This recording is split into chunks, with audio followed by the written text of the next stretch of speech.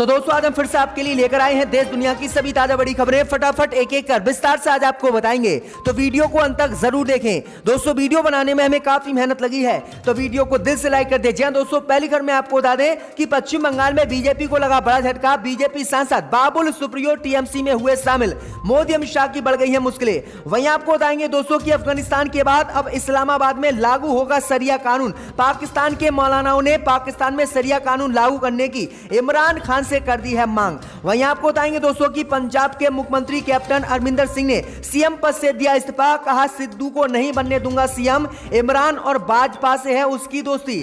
वहीं आपको बताएंगे दोस्तों कि कृषि कानून को लेकर मोदी अमित शाह को राकेश टिकैत ने फिर से दी धमकी। कहा जब तक काले कृषि कानून मोदी अमित शाह नहीं लेंगे वापस, तब तक दिल्ली में खत्म नहीं होगा आंदोलन। वहीं आपको बताएंगे दोस्तों कि अनुच्छेद 370 को लेकर जम्मू कश्मीर की मुख्यमंत्री महबूबा मुफ्ती ने मोदी अमित शाह को दी धमकी। कहा जम्मू कश्मीर में बहाल होगा अनुच्छेद 370 और मोदी करेंगे इसे तत्काल बहाल। वहीं आपको बताएंगे दोस्तों कि अखिलेश यादव ने फिर से कोरोना वैक्सीन को बताया बीजेपी का टीका, बढ़ गया तनाव। तो सभी खबरों को आपको बताने वाले हैं दोस्तों, वीडियो को लाइक कर चैनल को सब्सक्राइब कर दें। इसी बीच पर तो दोस्तों अगली खबर की ओर, तो पश्चिम बंगाल में बीजेपी को लगा बड़ा झटका। टीएमसी में शामिल हुए भाजपा सांसद बाबुल सुप्रियो। जो दोस्तों आपको बता दें, ये बड़ी खबर सामने निकल कर आई दोस्तों कि पश्चिम बंगाल में बीजेपी को बड़ा झटका लगा है। भाजपा सांसद और पूर्व केंद्रीय मंत्री बाबुल सुप्रियो शनिवार को कोलकाता में बीजेपी छोड़कर टीएमसी में शामिल हो गए हैं। वहीं आपको बता दें कि राष्ट्रीय महासचिव अभिषेक बैनर्जी और राज्यसभा सांसद डेरेक ओ ब्रायन की मौजूदगी में बीजेपी सांसद और पूर्व केंद्रीय मंत्री ने टीएमसी की सदस्यता ली है।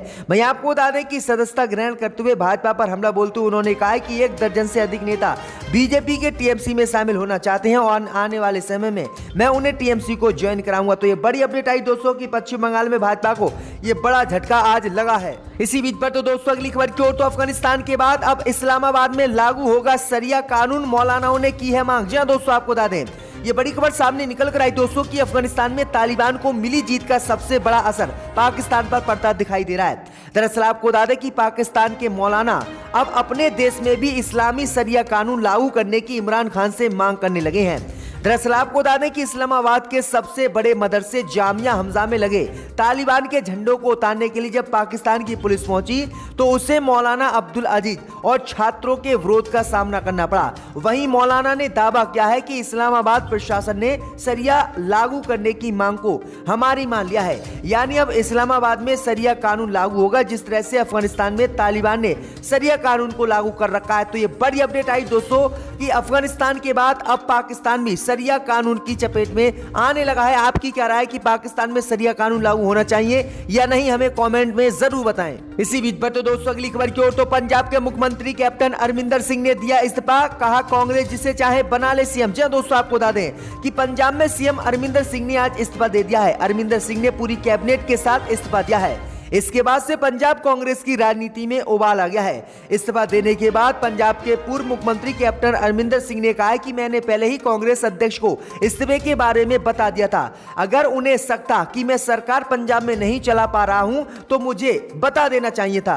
मैंने अपमानित महसूस किया। कांग्रेस बार बार मुझ पर विश्वास तोड़ रही थी, इसलिए मैं अपने पद से इस्तीफा दे रहा हूं। कांग्रेस जिसे चाहे वह पंजाब में सीएम बना ले। उन्होंने कहा कि मैं नवजोत सिंह सिद्धू को किसी भी कीमत पर पंजाब का सीएम नहीं बनने दूंगा क्योंकि उनके संबंध इमरान खान और भाजपा से हैं। तो ये बड़ी अपडेट आई दोस्तों कि अब कैप्टन अमरिंदर सिंह सिद्धू के विरोध में उतर गए हैं। सिद्धू को मुख्यमंत्री कांग्रेस पंजाब में बना सकती है। इसी बीच पर तो दोस्तों अगली खबर की ओर, तो राकेश टिकैत ने फिर से किया ऐलान। कहा जब तक कृषि कानून नहीं होंगे वापस तब तक नहीं होगी घर वापसी। जी दोस्तों आपको बता दें, ये बड़ी खबर सामने निकल कर आई दोस्तों कि किसान नेता राकेश टिकैत ने एक बार फिर से कृषि कानून को लेकर मोदी सरकार को कड़ी चेतावनी दे दी है। किसान नेता राकेश टिकैत ने कहा है कि किसान आंदोलन फसलों और नस्लों को बचाने का आंदोलन है तथा किसानों पर थोपे गए काले कृषि कानूनों को केंद्र सरकार जब तक वापस नहीं लेती वह किसानों के सहयोग से दिल्ली की सीमा पर डटे रहेंगे। टिकैत ने यहां किसानों की एक सभा को संबोधित करते हुए कहा कि आंदोलन में धर्म स्थलों का विशेष योगदान है और गुरु गोविंद सिंह ने भ्रमण के दौरान खाप पंचायतों से संपर्क किया था तथा इसके बाद पीड़ित लोगों से धैर्य रखने के लिए कहा था।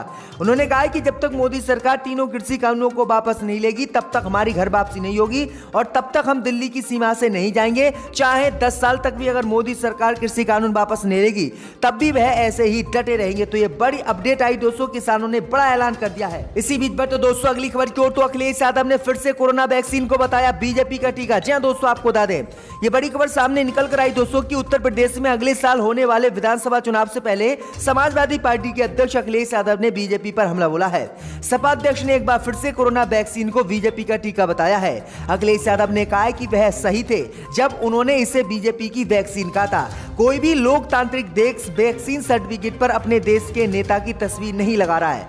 अखिलेश यादव ने कहा कि अमेरिका में महामारी के दौरान 2 राष्ट्रपति हुए, एक डोनाल्ड ट्रंप और दूसरे जो बाइडेन, लेकिन कोरोना वैक्सीन के सर्टिफिकेट पर दोनों ही प्रधानमंत्री की फोटो नहीं है।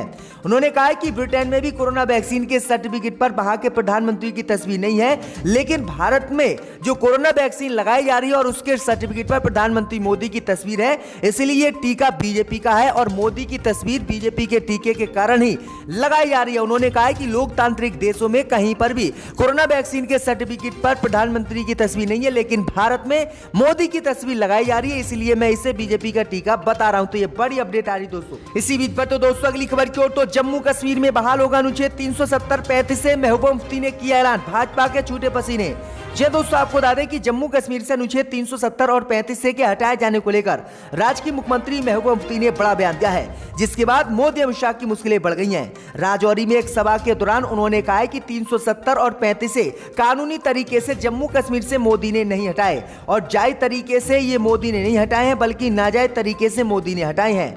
आगे उन्होंने कहा है कि डाकू जो चीज लूट कर ले जाता है वो उसकी नहीं होती, उसे वापस लाना होता है। दुनिया में कोई चीज नामुमकिन नहीं है।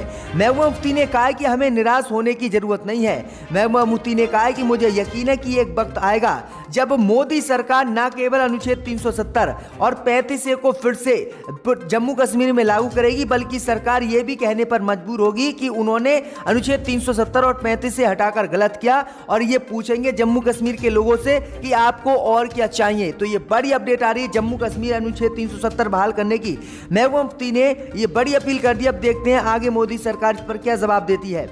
इसी बीच पर तो दोस्तों अगली खबर की ओर, तो राजस्थान विधानसभा में बीजेपी विधायक ने उठाया लव जिहाद के बाद लैंड जिहाद का मुद्दा, कांग्रेस ने साधा निशाना। जी दोस्तों, आपको बता दें कि राजस्थान विधानसभा में बीजेपी ने लव जिहाद के बाद लैंड जिहाद का मुद्दा उठाया है। मुसलमान समुदाय पर गंभीर आरोप बीजेपी विधायक ने लगाए हैं।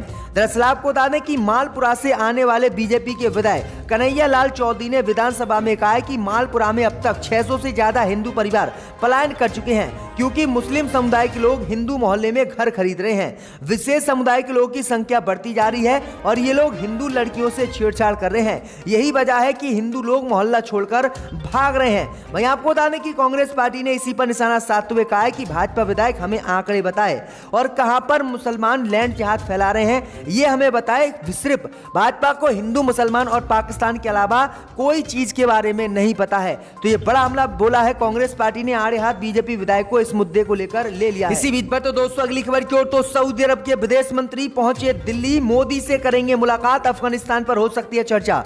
जी दोस्तों, आपको बता दें कि सऊदी अरब के विदेश मंत्री प्रिंस फैसल बिन रहमान अल सऊद भारत पहुंच गए हैं और उनका भारत में 3 दिवस का दौरा होने वाला है। आज वह प्रधानमंत्री मोदी से मुलाकात करेंगे। कल भारतीय विदेश मंत्री एस जयशंकर प्रसाद सहित कई नेताओं से मिलेंगे।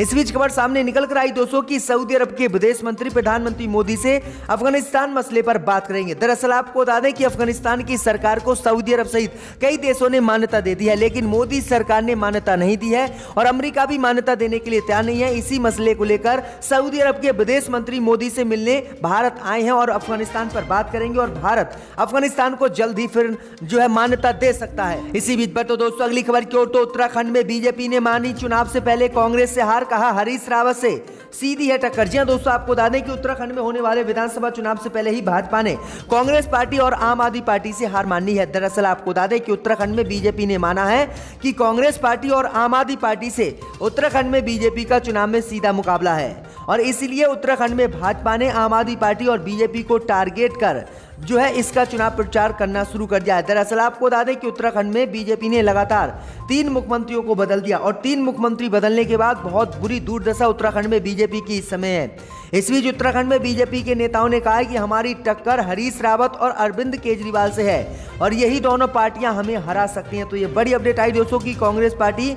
अच्छी खासी जीत हासिल कर सकती है। इसी बीच पर तो दोस्तों अगली खबर की ओर तो टीएमसी ने बंगाल में किया ऐलान, प्रधानमंत्री मोदी को टक्कर देने में ममता सबसे आगे, राहुल को बताया फेल। जी दोस्तों आपको बता दें कि पश्चिम बंगाल में टीएमसी पार्टी ने आज बड़ा ऐलान कर दिया है। टीएमसी ने ऐलान किया है कि 2024 में जो लोकसभा के चुनाव है, अगर उसमें मोदी को हराना है तो राहुल गांधी की जगह ममता बनर्जी को चुनाव लड़ना होगा। टीएमसी पार्टी ने कहा है कि मोदी को अगर कोई देश में टक्कर दे सकता है तो वह ममता बनर्जी है और ममता बनर्जी ही बीजेपी को टक्कर दे सकती हैं। उन्होंने राहुल गांधी को फेल बताया और कहा है कि राहुल गांधी प्रधानमंत्री मोदी को टक्कर नहीं दे सकते क्योंकि राहुल गांधी फेल होते दिखाई दे रहे हैं। तो ये बड़ी अपडेट आई दोस्तों कि ममता बनर्जी मोदी के खिलाफ 2024 में प्रधानमंत्री का चुनाव लड़ सकती हैं और राहुल गांधी भी ममता बनर्जी को समर्थन दे सकती हैं। जानते हैं, मगर मैं दोहराना नहीं चाहता। मैंने ये भी देखा था।